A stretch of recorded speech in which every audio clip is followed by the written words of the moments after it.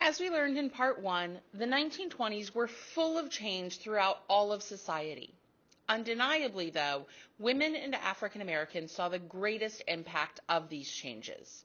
In part two today, we are going to explore this idea further.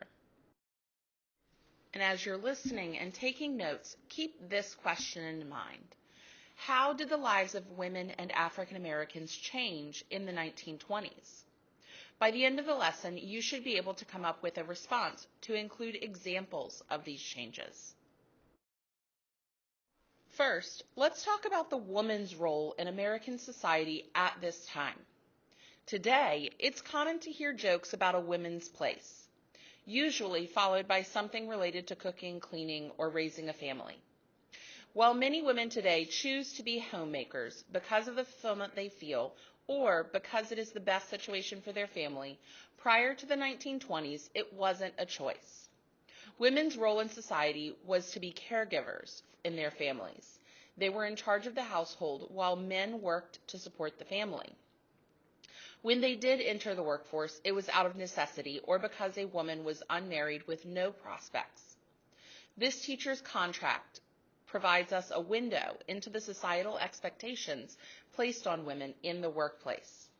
In order to take this job, a woman must agree to remain unmarried. She cannot be seen with men other than brothers and her father. She cannot smoke or drink and has to dress a certain way. She also has a curfew. However, the 1920s saw a huge shift in this paradigm. Women were needed in the workforce during World War I, and after the war, many women were no longer content to stay in the home. Women had been fighting for the right to vote for years, and in 1920, thanks to the work of those suffragists, it became a reality. Now they had a say in their government. They were participating in the workforce at higher levels, and women were pushing for greater access to educational opportunities. By all accounts, women were changing the face of society with their participation in all facets. This was only the beginning of the road to being seen as equals in society, but it was a major shift in public perception. For African Americans in the United States, it was a different story and a very different journey. The Civil War ended in 1865, and with it, slavery. But African Americans faced terrible discrimination, especially in the South, due to Jim Crow laws and black codes that were upheld as legal by the Supreme Court. From about 1910 to 1940, many African Americans began to move north and west. They left behind low-paying jobs in the South in hopes of better employment opportunities in northern industrial cities.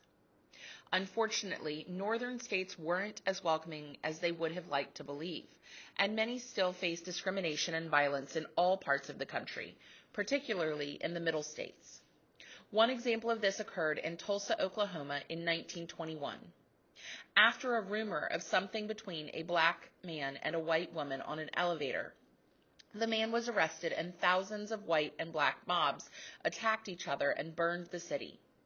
Martial law was declared, and 6,000 black Tulsans were arrested and held until the situation calmed down. To this day, there is disagreement over whether it was a race riot or a massacre, but either way, far more African Americans died than white people, and a similar situation occurred as the U.S. was entering World War I in 1917, with racial tensions coming to a boil and many African Americans losing their lives. Speaking of our time in World War I, it created opportunities for African Americans when immigration from Europe stopped and the needs of the military suddenly increased. These opportunities included participation in our military as well as participation in factories and businesses here at home. Even after World War I, many African Americans would continue to benefit from these jobs moving forward. Lastly, let's take a moment to talk about how African Americans impacted American culture during the 20s. The Harlem Renaissance occurred during the 20s when African American artists, writers, and musicians based in Harlem revealed the freshness and variety of African American culture. This culture bled over into American culture thanks to artists in the field. In art, Jacob Lawrence was a painter who chronicled the experiences of the Great Migration north through art. In the field of literature, Langston Hughes was a poet who combined the experiences of African and American cultural roots.